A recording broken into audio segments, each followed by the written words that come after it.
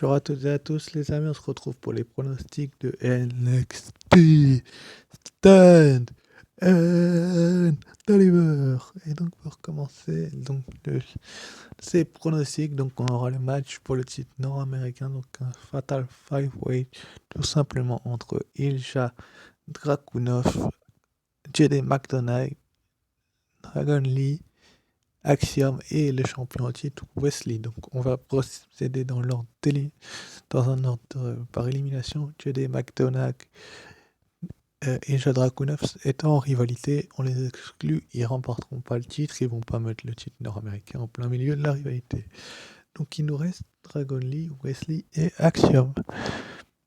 Dragon Lee, étant donné que ce sont ses débuts du côté de la NXT, ça pourrait être des débuts assez excellents de lui faire remporter le titre. J'ai rien contre ça, mais j'ai du mal à le voir repartir avec un titre, étant donné que la WWE ne veut pas. Donc je vais dire Wesley, parce que Axiom, pour moi, c'est trop tôt. Donc. Ensuite, après, on aura donc le match pour le contrôle de Chase University. Donc c'est Chase University et Tyler Bate contre le schisme. Donc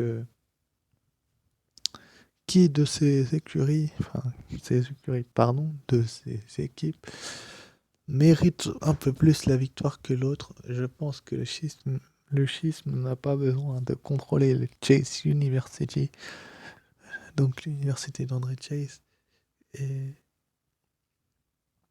surtout ils n'ont pas besoin de mettre Tyler Bate en porte-à-faux. Donc pour moi, Tyler Bate va faire gagner l'équipe Chase U, parce que pour moi, j'ai du mal à voir Joe Casey vraiment être mis en avant. Donc Joe Casey, pour moi, ne perdra pas le pin, hein. C'est pas le souci, mais ils vont perdre. Suite après, donc on aura Gallows contre les Great Brothers, contre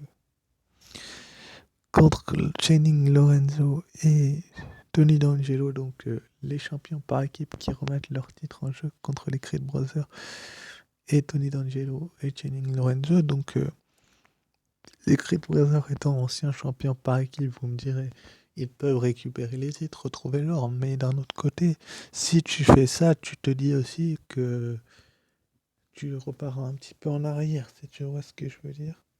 Enfin bref. Vous ne vous rendez pas forcément compte que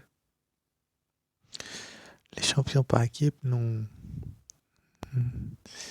auraient un règne trop court si ils parvenaient à perdre les titres dès maintenant. Donc pour moi, Gallows va conserver les titres malgré que ce soit un triple menace. Ensuite, après, donc, on aura le match pour les titres par équipe féminin de la NXT. Donc Kiana James et Fallon Henley, les championnes par équipe, qui vont défendre leur titre contre Alpha Fire et Ayla Dawn. Pour moi, c'est assez simple. Je vois pas ni Kiana James ni Fallon Henley avoir le niveau des championnes par équipe. Enfin, d'Alba Fire et de Ayla Dawn. Elles ont une grosse rivalité.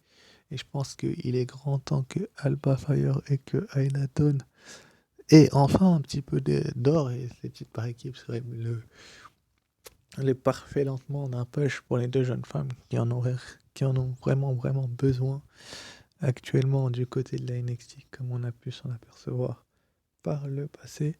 Alors que de l'autre côté, tu te dis que ça serait dommage de les faire perdre, mais bon, elles vont perdre, les championnes, pour moi. Ensuite, après, donc, on aura le match insanctionné entre Johnny Wrestling Gargano et Grayson Waller. Donc le seul moyen pour moi que Gargano gagne, ce serait une intervention extérieure, soit de Shawn Michaels, soit de Tommaso Ciampa s'il est sur place, mais je ne le vois pas personnellement sur place.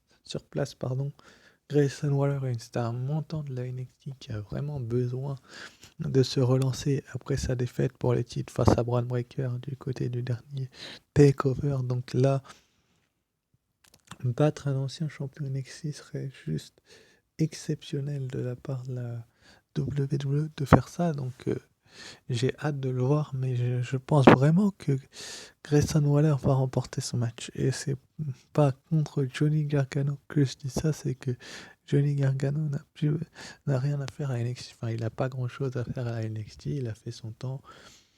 Il faut laisser le temps à Grayson Waller de prendre la place.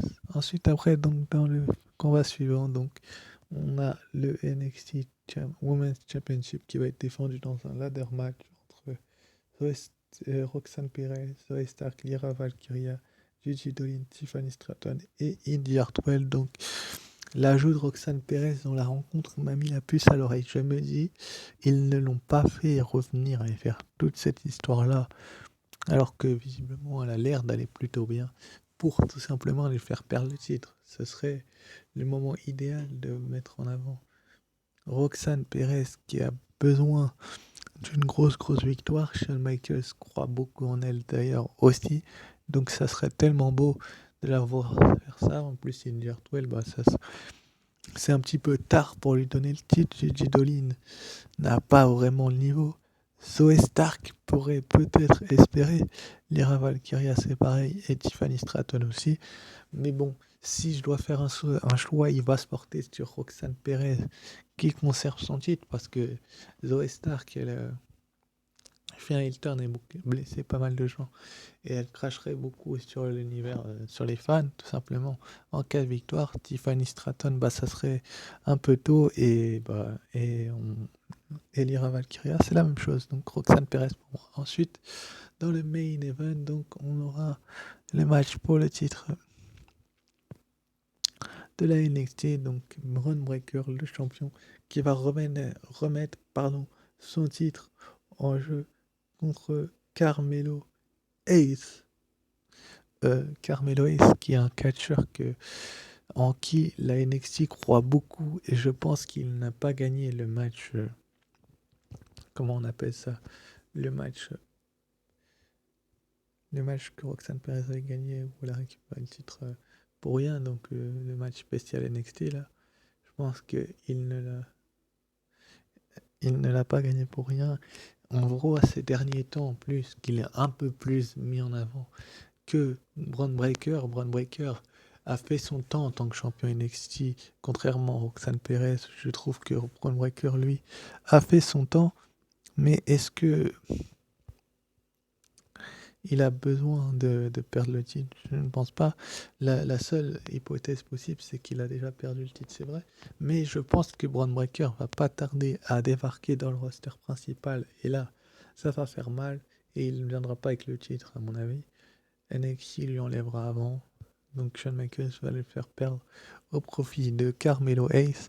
Et donc du coup, on aura un nouveau champion pour la branche jaune de la NXT. Et c'est la meilleure chose à faire, je pense, que de donner le titre à Carmelo Hayes. Et pour Roxanne Perez, c'est pareil. S'il y a des buts, elle ne conservera pas, mais elle va conserver pour moi. Sur ce, je vous remercie d'avoir suivi cette vidéo pronostic de Stand and Deliver. On se retrouvera pour la review dimanche.